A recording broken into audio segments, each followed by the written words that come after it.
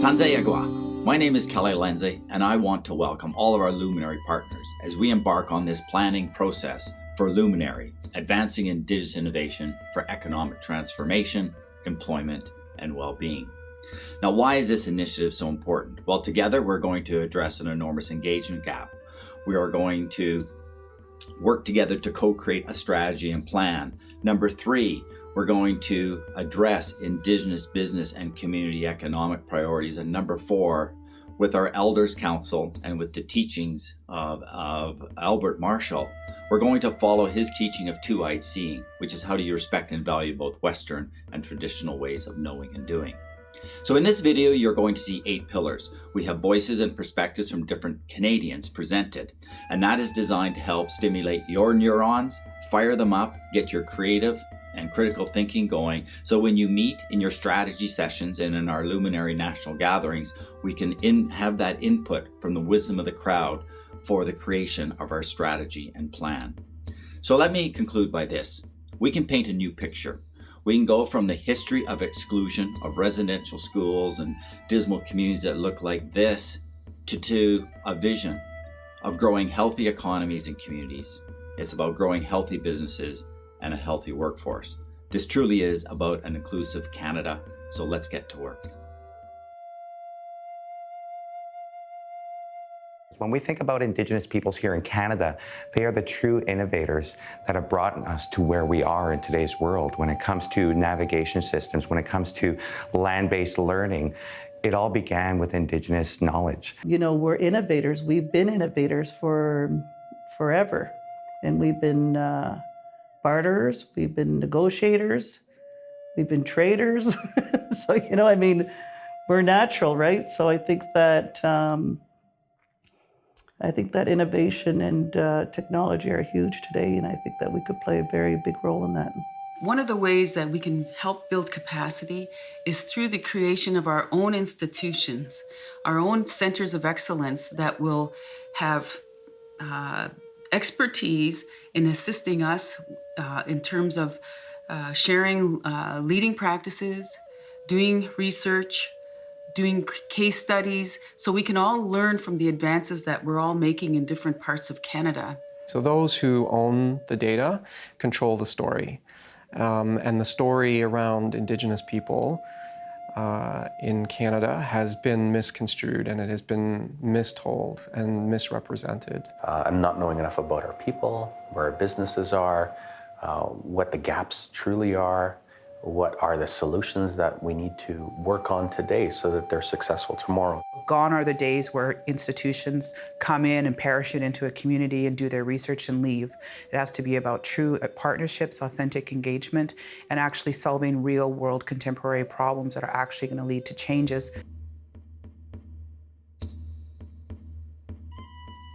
Have a discussion around, okay, who are the local experts in the community? Now, they may be youth, they may be elder, they may be people with mental health challenges or ability issues, there may be the LGBTQ population, whoever it is, we bring them to the table and we start to design the questions. And really giving up that power and letting our Indigenous partners take the lead in the work that we're doing in the communities, and really understanding what that means to listen and know and learn. And one of the things I've also learned from Kelly is, you know, the deep listening, stop and listen deeply. I always think about from a First Nations perspective in the importance of reciprocity, and that research is not just knowledge extraction from our communities, but that it also translates into benefiting the communities, not only just First Nations communities, the Aboriginal communities, which means also off-reserve, the Métis, Inuit. We actually just focus on applied research, where we're not just collecting data, but we're collecting that data and working collaboratively with First Nation communities to solve an issue. So it's an issue that they've brought to us. You're working with an Indigenous community, you have to be consulting with them and make sure that all the protocols are in place.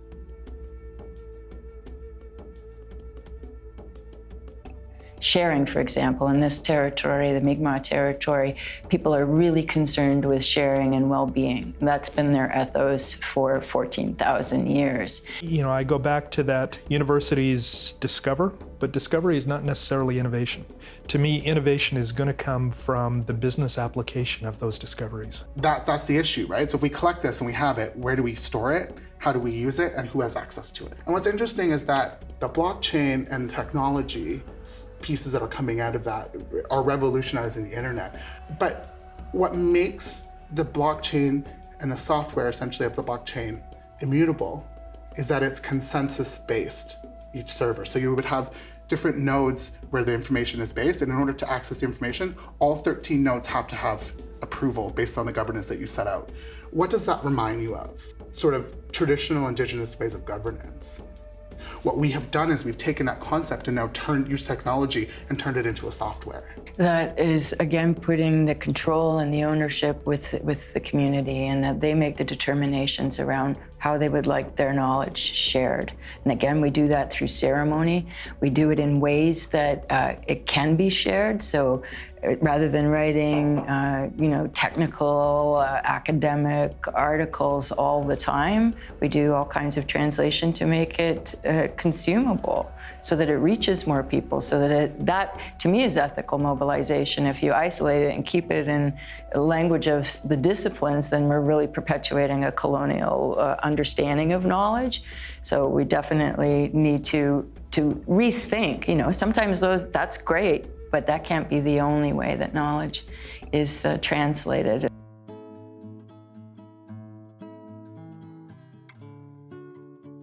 I think research to begin with is to inform and help people make decisions.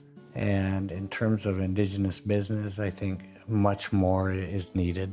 When we think about innovation, I think about what we're doing as a company, and we're using our own Indigenous thought, and we're bringing that forward into the businesses that we run and acquire. And what we're trying to do is trying to teach non-Indigenous business about our value system, about our way of doing things, and making sure that our people are proud. In everybody's backyard, there's an opportunity, whether it's resource, whether it's if it's mining for metals, whether it's forestry, whether it's water, whether it's renewable energy, whether it's the people in the community. There's something that somebody has in their backyard that can be a long-term sustainable source of revenue for the community, because everybody's got to think about something. And I don't think a lot of communities have thought long and hard about that, because they're in a state of survival. They're in a state of trying to heal themselves from the residential school, from the impacts of the genocidal policies. So they're surviving. But now more and more leadership are thinking, okay, we got to start thinking about the future. We sometimes don't know how to approach those new areas of business. And when I think about what we do as a business, we're taking the time to do research, to build a connection in the community, understand what the bigger concepts are within our own economy in Saskatchewan. And so we're thinking about those types of things when we're thinking about bringing our innovation, our thought into new sectors for growth. I think there's an opportunity for Indigenous people to create employment. Kelly talked about 40 to 60% of the jobs in Indigenous business are employing non-Indigenous people. That impact is often lost or not generally known. Similarly, the recent report from Manitoba talking about the GDP impact by First Nations in the billions of dollars. It changes the conversation that people have about what Indigenous people contribute to the economy and the role that we can play, and that's largely unrealized.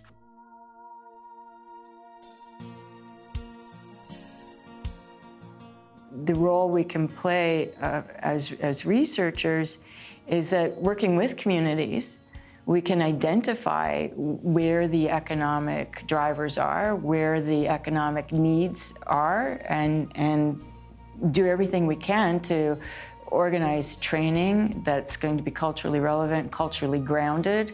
But I think a major opportunity is for Indigenous workers to benefit from innovation. I've been working on a project with ESDC looking at teaching the skills and technology stack that are required to work remotely as an effective office worker, with the objective of training Indigenous researchers to be able to go back to their home communities and still maintain city jobs. And also, I think it's a nurturing place too, because they come up against that trauma of research and the harms done intergenerationally through research. And I think it becomes empowering for community members to see research done in their way, on their terms. It makes a huge difference. Given proper research, it also it helps Indigenous communities prioritize for their economic development plans. It helps Indigenous youth decide on career paths. Right. How do we go about increasing talent? That's my job, right? As a researcher, I need to make sure that we're bringing in Indigenous PhDs, Indigenous master's students, even on the undergraduate level. How do we start bringing them into the research process so that we're starting to mentor and coach some of these students and getting them ready, right? But doing it in a way that we're kind of reflecting the ethical needs that we've got, right? To understand what are the ethics around dealing with communities or dealing with Indigenous groups or associations.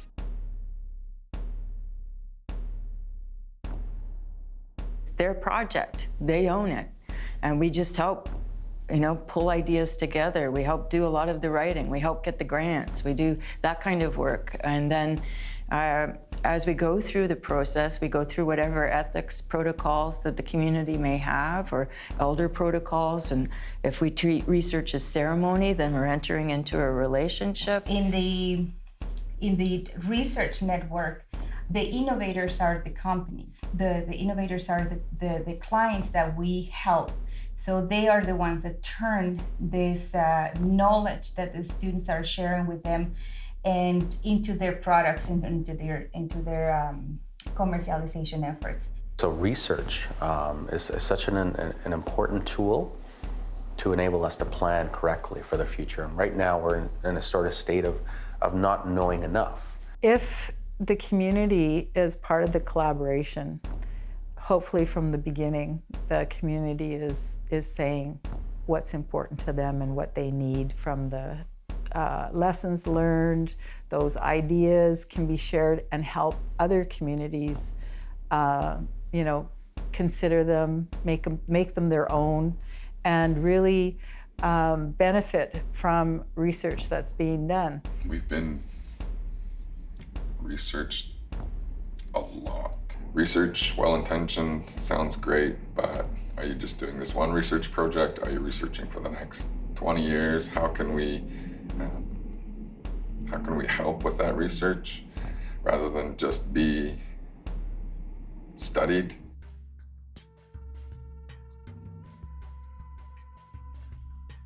One of the important things that researchers have to keep in mind is this concept of knowledge and recognize and respect Indigenous knowledges and Indigenous ways of knowing and being.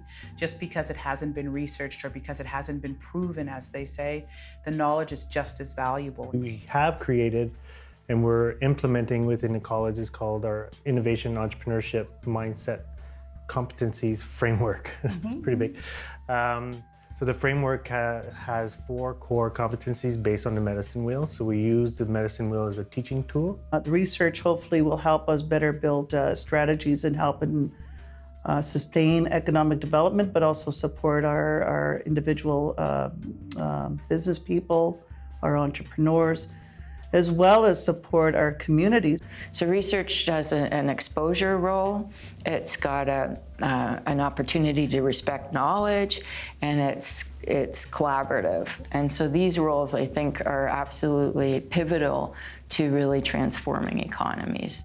Many solutions or many ways have been proposed that seem to work well as compared to the traditional models where the university researchers will come into a community and try to solve a problem and then they disappear without necessarily impacting the community itself. The gap is on the graduate side, right? So I'm working with Mary Beth Doucette here at Cape Breton to start thinking about things like how do we decolonize Indigenous graduate students' experiences with business schools and graduate business school research, right? So we need to be working on lots of different levels. So the work that I'm doing with Mary Beth Doucette looks at what is the experience of Indigenous graduate students? How can we help decolonize that experience? How can we help them in terms of creating a community of Indigenous researchers or graduate students to help them move forward in doing that?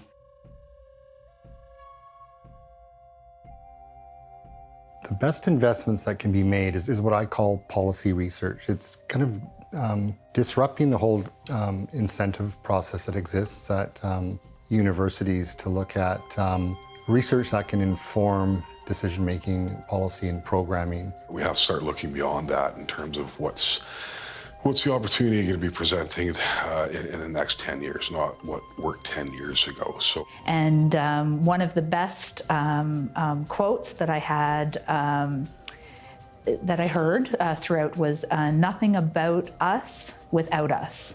And that just resonated very strongly with me in regards to the work that I'm currently doing and involved in, and just understanding that when reporting on this work, that it's key and important for the community to be very involved and to be, it be their story, not something that we've created. It's their story, their words, their experiences. But here we're now looking forward to seeing how we can implement those actions into our daily routines of not only building partnerships within educational outcomes and collaborations on research projects that are going to really help tell us a different story to where we're going in Canada and supporting Indigenous business. So that's where I think the importance of research comes in helping a community make the right decision, because chances are the community has limited resources and cannot afford to make sometimes a wrong decision. I think it'll help to increase Indigenous businesses in many other sectors that we're currently not occupying right now in Canada. Two is that I think it'll help to create partnerships between Indigenous and non-Indigenous companies to make collaborations and work together. And I think it'll help to inform Indigenous communities on the labor market trends that are happening in their regions or their area.